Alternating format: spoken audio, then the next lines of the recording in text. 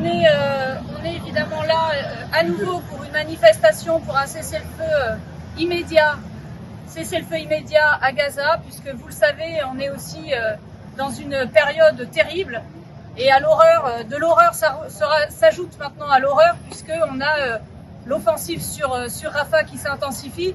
Donc on a voulu cette manifestation cet après-midi, comme depuis 6 mois d'ailleurs, nous les faisons avec des dizaines d'associations, de syndicats, de forces politiques.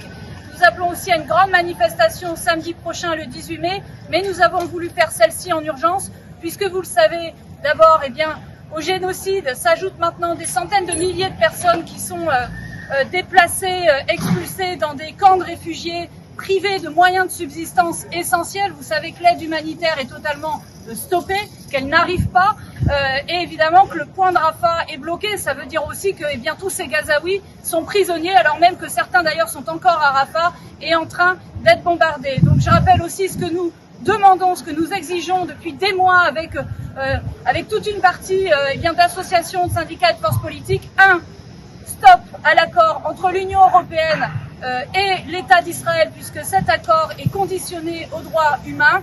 Et puis évidemment, stop à toute livraison d'armes, toute coopération militaire avec l'État d'Israël. Nous le demandons évidemment avec la liste de l'Union populaire menée par Manon Aubry. Nous le demandons avec beaucoup de monde pour que l'État français enfin prenne ses responsabilités et fasse réellement pression sur le gouvernement de Netanyahou. Voilà, donc nous participerons à cette manifestation.